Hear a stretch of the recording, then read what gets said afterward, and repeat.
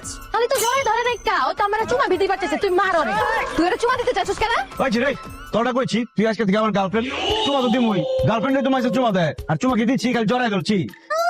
সক তো আমি তোর গার্লফ্রেন্ড, রাখ তোর গার্লফ্রেন্ড। এই তুই মারিস না কেন? এই তো গোমা তো মানুষ, আম গোমা তো সুন্দরী মেয়ের জীবন বিয়া করবো না, ফিরাও তাকাইবো না। ওই সব ফকিনি মকিনি কাউরে একটা দরগা তুই। দেখ চুমকি ভালো চেষ্টা করলাম। এই এত কথা শুনবার চাই না।